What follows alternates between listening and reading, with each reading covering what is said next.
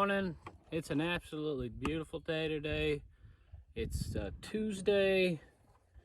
It's probably like 70 degrees outside. Sun shining. Beautiful day here in Central Texas. Anyway, we're going to get started doing the FloFx pan today. The sheet membrane, fleece membrane. I'm Christian Kathy Custom Showers and Flooring. This is all we do. It's tile stuff. So I'm trying to use all of the methods so that everyone can see they all work if they're done properly.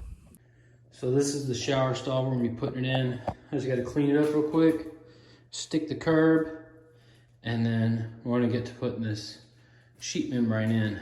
We've got one coat of waterproofing membrane on. I like to do multiple coats, so clean that up and get back to it. My grandpa was a tile installer. My dad has been a tile installer for almost 37 years. It's been about 17 years, 16, 17 years for me as well.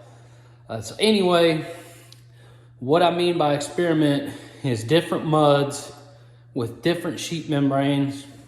Like this FloFx membrane, they don't make their own mud. So I can use whichever. Now I'm using a mud that the rep will approve with that specific product. We're using a Latacrete mud that the rep has approved to use with Hydroban sheet membrane, so it should be okay with this.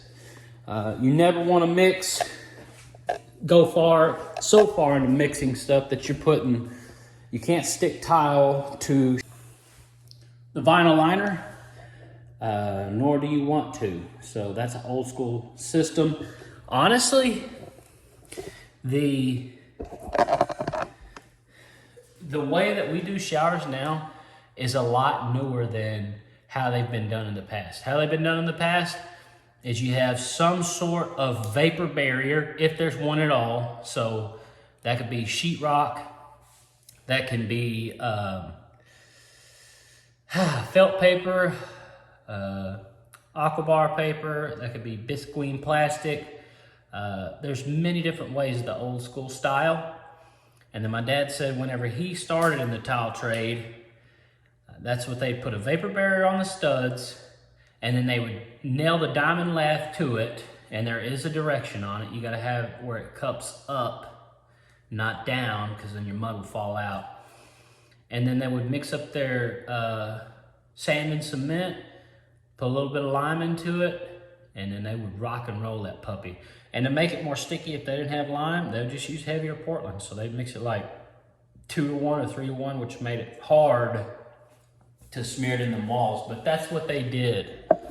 And so now, like cubby holes, niches, things like that back then, they didn't waterproof them. And these showers would last for years.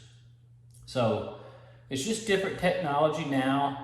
What ends up happening, what I've seen with the demos of those super old showers when they do finally fail, because they only had copper-tite and they had lead. They didn't even have vinyl when my dad started. But what I see is, like, say it's an old lead shower pan and you got cement walls with the 4 1/4. The walls themselves will still be okay, but the wood behind it will have deteriorated over time. And so the only thing holding that shower stall up is the shower. And the reason why I don't care what's on the stud, I do, either drywall or cement board or the foam. Foam is okay. I kind of gotten away from it just because I'm so aggressive when I'm in there sitting tall that it takes a while for the mud to cure. And so my dad actually came and helped me with the job, and he was pushing on a tile real hard because he likes his mud really stiff. And what it did is it actually bowed that foam board enough to where the tile itself, it came detached. And we had already smeared the wall, back buttered the tile was stuck in while the mud was fresh, and then it was the next day that he came and smashed on the wall so hard that it cracked it. So I like to have something a little more solid, either drywall or cement board, either one. It does not matter to me. But like I tell the customer, if I do a good enough job with what you have there, you should never have a problem. But if you do, you'll know it before you have thousands of dollars worth of wood damage to deal with. The old school style, once they start leaking, it can be a while before you realize it. And then if you got pure beams, subfloor issues. If you're upstairs, subfloor issues. Concrete, it's gonna be a little bit more noticeable, faster, but there again, you know, to me, this is just a better product. I have a video talking about how hard water has clogged up one of the old styles, so just keep that in mind. But here we go. All right, so this is what we're working with, just to kind of look at it. The way that it feels, it's actually pretty flimsy. Let's see if it'll tear. It is pretty resistant. I mean, it does tear, but overall it's pretty resistant. It's a little more resistant than the Schluter membrane. By far, the Latticrete membrane is the absolute strongest that I've used. So, because I had so many bottoms to chop here whenever I started getting with it, some of this mud dried out of it, so when I vacuumed it just now, I got some pits going on.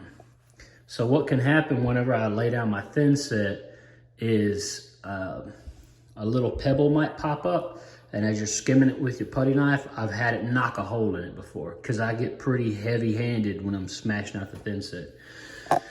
Let's get her done.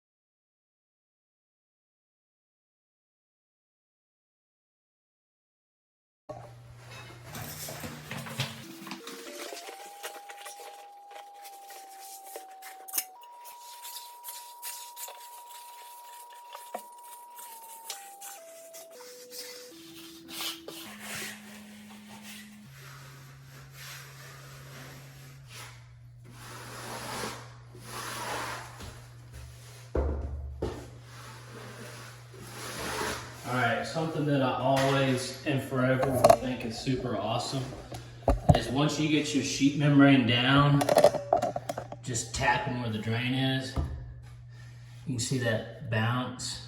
I love that. I don't know why. There's not a lot of water in this trap. This house is new, but I just love that bounciness. Overall, good membrane.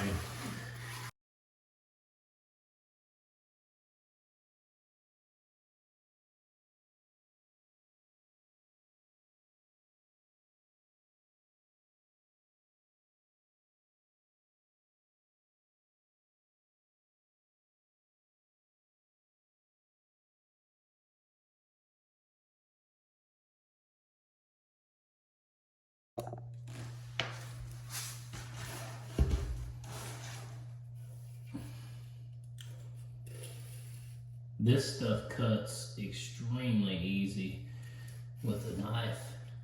I mean, like, maybe it was designed that way, a little bit thin, because you struggle with these FloFx drains right here with other sheet membranes, like especially the really thick one, like Hydraband sheet membrane. It just does not, and you gotta end up tearing it off, but not even touching it with my fingers. Look at there, right out of there. Perfect, perfect on that.